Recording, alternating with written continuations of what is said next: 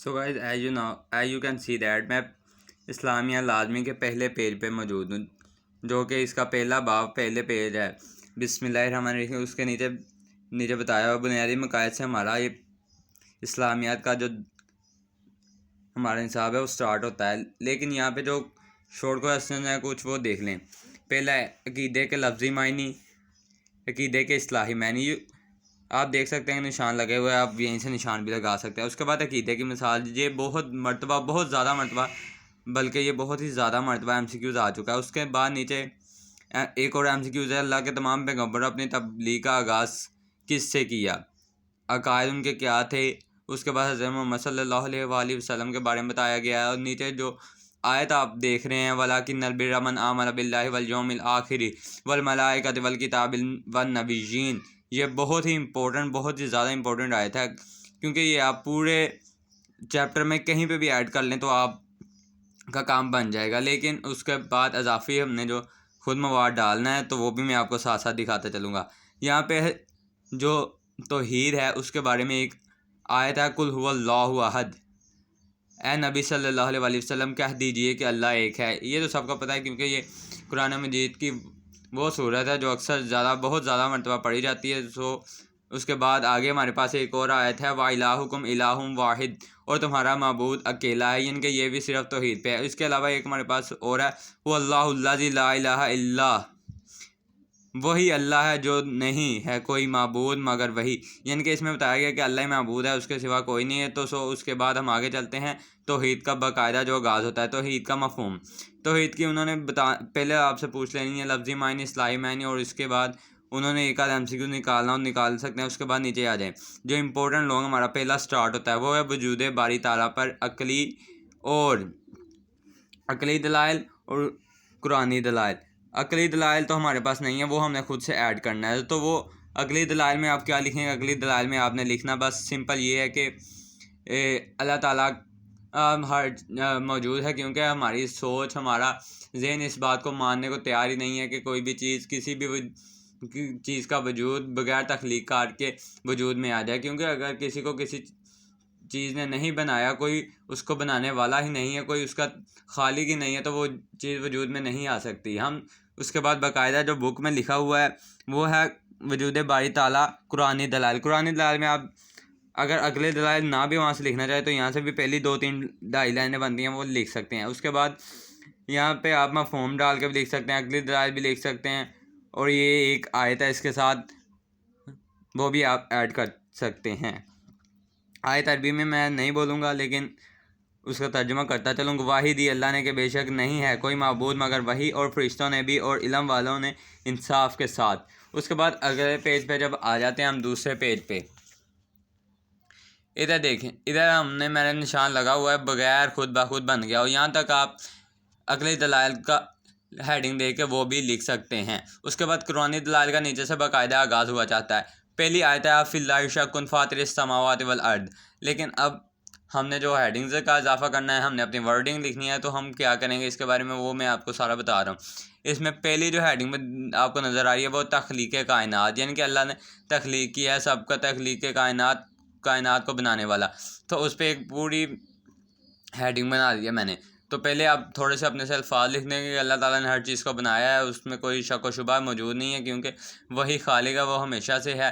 تو نیچے اس کے بعد آیت کا ڈالیں گے جو انہوں نے دی ہوئی، یا فی اللہ شک فاطر السماوات والارض۔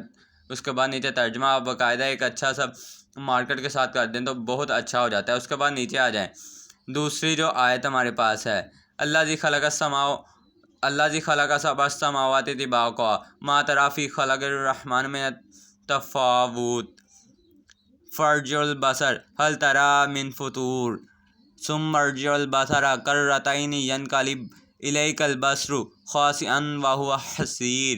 یہاں پہ آپ لکھ سکتے ہیں کہ دعوت غور و فکر، یعنی کہ اللہ تعالیٰ نے چیلنج دیا ہے، آپ کو دعوت دی ہے کہ آپ آئیں دیکھیں میری جو چیز بنائی ہے میں نے، اس میں کوئی شک و شبہ نہیں ہے، تو اس میں کوئی فطور، تجھے کوئی خلل نظر نہیں آئے گا۔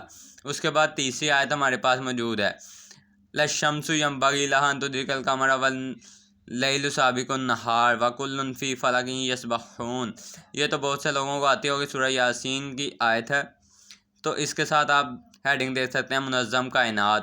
منظم کائنات سے اس میں ہیڈنگ اس لیے دی ہے کہ آپ نیچے دیکھ سکتے ہیں کہ ترجمہ جو نہ آفتاب کی مجال ہے کہ چاند کو جا پکڑے اور نہ رات دن سے پہلے آ سکتے اور یہ سب ایک دائرے میں تیر رہے ہیں، یعنی کہ اس نے جس نے کتاب لکھی ہے اس نے یہی دیکھا کہ اس میں منظم کائنات کا ایک پورا نظم و ضبط بتایا گیا ہے۔ اس کے بعد نیچے آ جائیں، اِنَّ کُلُّ شَیْءٍ خَلَقْنَاهُ بِقَدَر، مقرر اندازے، ہم نے ہر چیز کو ایک خاص اندازے سے پیدا کیا ہے، یعنی کہ اندازہ اللہ تعالیٰ نے ایک چیز بنائی ہے، اس کو کس طرح بنایا وہ سارا ایک اس میں بیان کیا گیا ہے اس آیت میں۔ آیت چھوٹی چھوٹی ہیں لیکن آپ اس میں ہیڈنگز ڈالیں گے، اپنے الفاظ ڈالیں گے تو بہت زیادہ اچھا ہو جائے۔ اس کے بعد نیچے آ جائیں، اِنَّ فِی خَلَقِ السَّمَاوَاتِ وَالْأَرْضِ وَاخْتِلَافِ اللَّیلِ وَالنَّہَارِ لَآیَاتٍ لِأُولِی الْأَلْبَابِ، سورہ آل عمران کی یہ آیت ہے، اس میں بتایا گیا ہے کہ اہل عقل کے لیے بڑی نشانیاں ہیں۔ یہ آپ اہل عقل کے لیے بڑی نشانیاں میں نے انڈر لائن کیا ہوا ہے، آپ دیکھ سکتے ہیں، یہ آپ ادھر بہت اچھی طرح ہیڈنگ بنتی ہے۔ اس کے بعد نیچے ہیڈنگ جو نیچے ہے، صنع اللہ الذی اتقن کل شیء، حکمت و کاریگری، یعنی کہ اللہ تعالیٰ نے جو چیز بنائی ہے اس کے پیچھے ایک حکمت ہے اور اس کو بنانے کے کاریگر بھی، یعنی کہ اللہ تعالیٰ نے اس کی کاریگری بھی ہے۔ اس کے بعد ایک اور مقام پر جو نیچے ارشاد فرمایا گیا اس میں آپ دیکھ سکتے ہیں خالق حقیقی کی پہچان، اس میں بتایا گیا کہ یہ اللہ تعالیٰ پوچھ رہا ہے آپ سے کہ کیا لوگ بغیر کسی کے پیدا ہو گئے ہیں۔ اللہ تعالیٰ نے یہاں پہ سوال کیا لیکن آپ ایک اس میں لکھ سکتے ہیں خالق حقیقی کی پہچان۔ اس کے بعد آگے تیسرا پیج ہمارا سٹارٹ ہو جائے، اس پہ آپ آ جائیں، انسان کی فطرت کے بعد، یعنی کہ ادھر آپ یہ بتاتے ہیں کہ انسان جو پرانے زمانے میں تھا وہ وحشی تھا، ہر طرح کی مہذب بھی تھے، لیکن انہوں نے بھی اللہ تعالیٰ کی ذات کا اعتراف کیا ہے کیونکہ وہ بھی جانتے تھے، وہ کسی نہ کسی صورت میں اللہ تعالیٰ کو مانتے تھے۔ اس کے نیچے فاطرۃ اللہ التی فطر الناس علیہا، اللہ کی فطرت، اس فطرت کا اتباع کرو جس پر اس نے انسانوں کو پیدا کیا۔ یہ اوپر سے آپ اس کے ساتھ ہیڈنگ، اوپر والی ہیڈنگ کے ساتھ یہ آیت بنائیں گے۔ اس کے بعد نیچے آ جائیں، اس آیت میں آپ دو ہیڈنگ بنا سکتے ہیں، دونوں میں سے جو چاہیں وہ بنا سکتے ہیں، یہ دونوں کو الگ الگ کر کے بنا لیں تو وہ بہت ہی زیادہ اچھا ہو جائے گا۔ پہلی جو ہیڈنگ بن سکتی ہے وہ فی الارض آیات للموقنین، اور زمین میں بہت سی نشانیاں ہیں، یہاں پہ آپ زمین میں نشانیاں، یہ ہیڈنگ بن سکتی ہے۔ جبکہ دوسرا جو اس کا آیت ہے وہ فی انفسکم افلا تبصرون، انسانی وجود میں نشانیاں اللہ تعالیٰ نے بتائی ہیں، تو آپ دونوں کو الگ الگ کر لیں تو بہت اچھا ہو جائے گا، لیکن اگر آپ یہیں تک کریں گے تو بھی بہت اچھا ہو جائے گا۔ اس کے بعد نیچے آ جائیں، توحید کی عقلی دلیل، یہاں پہ عقل پہ آپ کو ایک بہت اچھا سا پیراگراف مل جائے گا، آپ اس میں یہ ہے پیراگراف اور اس کے ساتھ یہ آیت نیچے دی ہوئی سورہ انبیاء کی آیت نمبر 22 ہے، آپ اس کا ایڈ کریں، آپ کا ایک بہت اچھا پورا یعنی کہ لونگ آپ اس میں آپ 8 نمبر میں سے اگر آپ ورڈ ٹو ورڈ لکھیں گے، اپنے الفاظ کا اضافہ بھی کریں گے تو پھر آپ کو 7 نمبر انشاءاللہ مل ہی جائیں گے۔